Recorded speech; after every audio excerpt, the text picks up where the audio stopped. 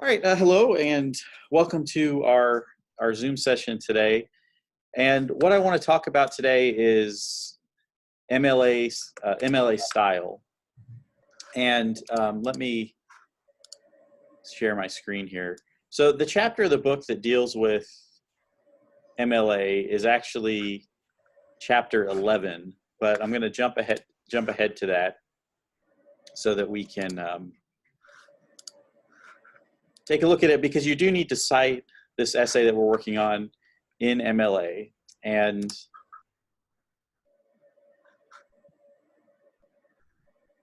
chapter 11 is kind of a quick guide to MLA. It's not entirely comprehensive, but it does try to connect you with some resources outside of the course. So we'll talk about that as well. MLA is an editorial style, and it is recommended by the Modern Languages Association. The Modern Languages Association is a scholarly organization that encompasses English, also the fine arts, and foreign language departments as well. So, Spanish, German, French, etc. And they basically codify a series of rules for how to prepare manuscripts, so that every essay that's compiled and submitted in MLA is essentially going to look the same. There are a number of other citation styles that do this. APA is one. Chicago. There are others. Associated Press has their own style, and all of them, follow a similar set of guidelines. MLA is built around this concept of parenthetical citations that match up with citations on a works cited list. So those are two components of it. And the other part is just the layout of the document itself, which I'll talk about first. You should use 1-inch margins in MLA, and you can set that on your toolbar in Word or whatever processing program you're using. The formatting should be 12 points, and you have a range of choices for typefaces. Calibri is the default for Word now. It used to be Times New Roman. I don't have a huge preference on that. It just should be what's called a readable font, so it should look conventional. It shouldn't stretch the letters out or anything. But there are a number that you can choose from. And then the essay itself it needs to be double spaced. So you're going to want to set up your paragraphing to be double spaced. When you get to that spacing menu, by right-clicking on and then clicking on paragraph, you'll see a option for double. You want both of these numbers set to 0 for before and after, so there aren't extra spaces. And then your document will be double spaced. So this includes the heading, the works cited page, the essay, all of it should be double spaced. MLA essays do not typically include a title page unless you are specifically asked to provide that. You won't want to include it. And chapter goes on. I have a sample here. You can see what the document looks like on the first page: name, professor's name, course, and date. The title.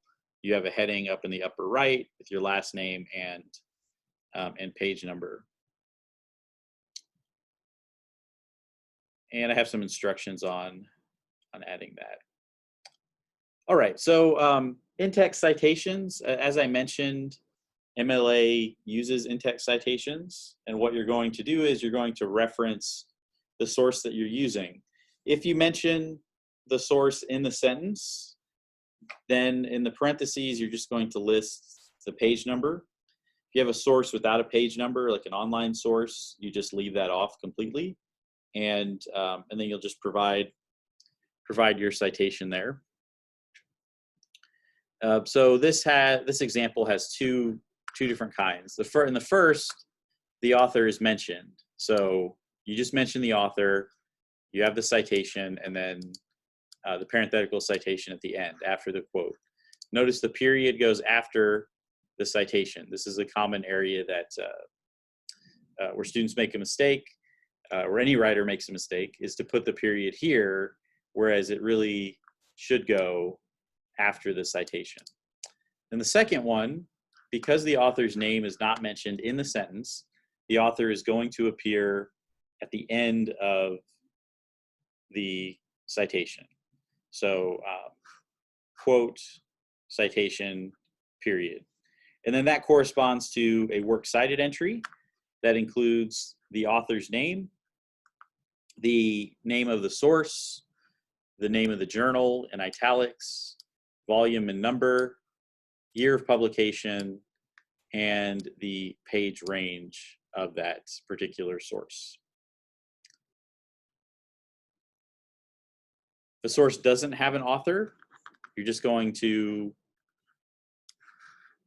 list the title or an abbreviation of the title in parentheses.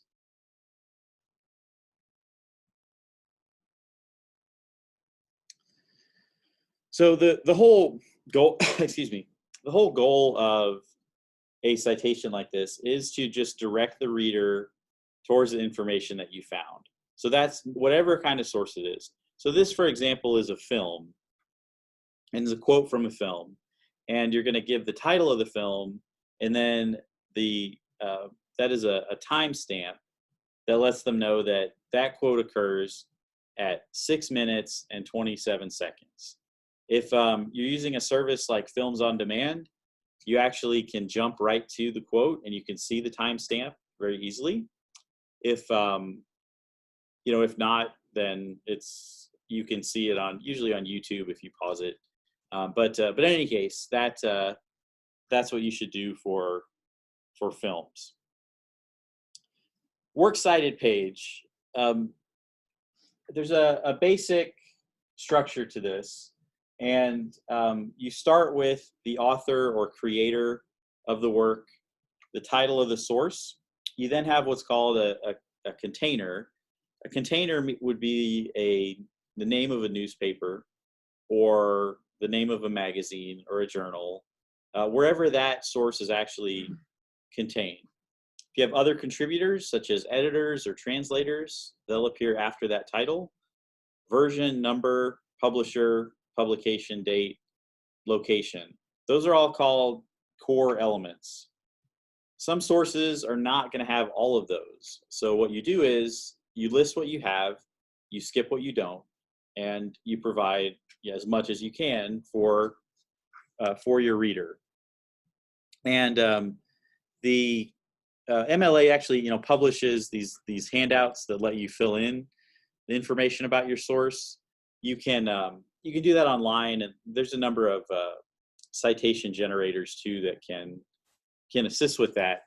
But I think that as you find sources, go ahead and put them into MLA as you go. It's going to save you a lot of time later than to have to go back and try to find them. And then the chapter has some citations of some common sources. I'm not going to just read all of those to you, but just a few examples here. A book with an author and an editor, you can see that the author comes first, the name of the book, the editor, the publisher, and the year of publication. A journal article from an online database. This is really the most common type of source that students use in English composition courses. So it starts with the authors. You can see how the two authors are listed there. The title of the work, the title of the journal, and it's all separated by, these are separated by commas. Volume, number, year of publication, page, name of the database, and then this number here. A DOI is a digital object identifier. If you have one for your source, it's going to be on the first page of the journal or in on the database entry for it. You'll see it there, and you include that. If you don't have that, you can include the web address instead. And pages on websites as well. If you have an author, you start with that, name of the article, name of the website, whoever hosts it or contributes to it, the Dallas Morning News in this case, when it was published, and the last part is the web address comes last. Okay, and then I have a number of other types of sources and things. I can interview. You can cite an interview in MLA, and then I talk a little bit about the handbook itself. It's $12 if you want to buy it. I don't necessarily think that you need to buy it if you're an English major or a major in another language. I would recommend buying it, but otherwise, all the resources for it are available online. There are a number of citation generators that you can use too. EBSCOhost actually has a citation button, so the databases themselves will provide citations for you, and you can copy those. And then in terms of how it's set up, you're going to use what's called a hanging indent. So you have the source first on the left, and then you indent every line after that, all double spaced. And as far as back to citation generators, EasyBib, Night Cite is another one, like Knight in Shining Armor, and those actually will allow you to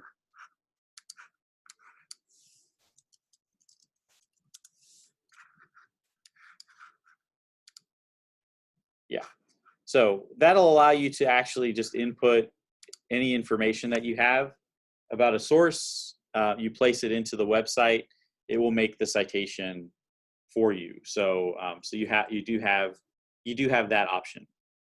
Okay, so I think that this week we don't need a second discussion board because you just have plenty to do, and make sure you do take the quiz this week over China 1937. I'm going to spend a couple minutes talking about that, but also that you do the discussion board over the introduction and the outline. And next week, you're going to submit a full draft for a peer review. So just be prepared to work on that. Okay, so we are entering a new unit on geopolitics, and that'll be the theme for the readings that we're looking at. And geopolitics deal with relationships between nation states and countries.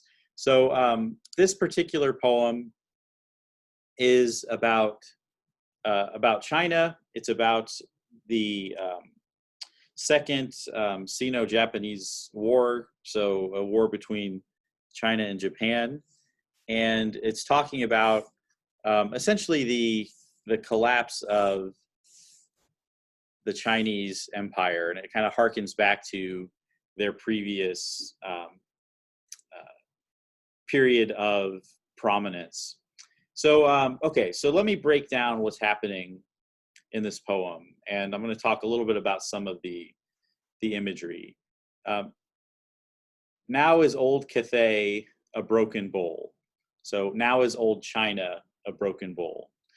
Its curves of riven porcelain are curling like loose petals of a shattered lotus bloom.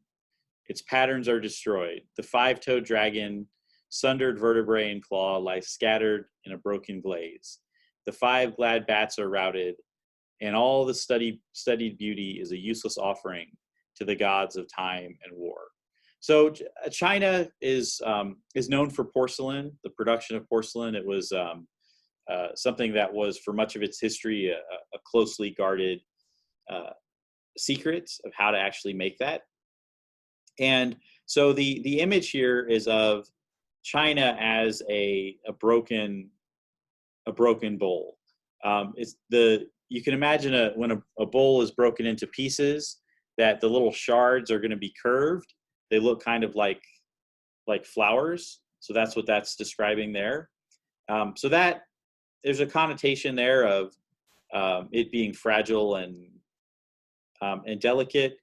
Also, though, the empire was strong. That a dragon is a symbol of China that is now broken apart.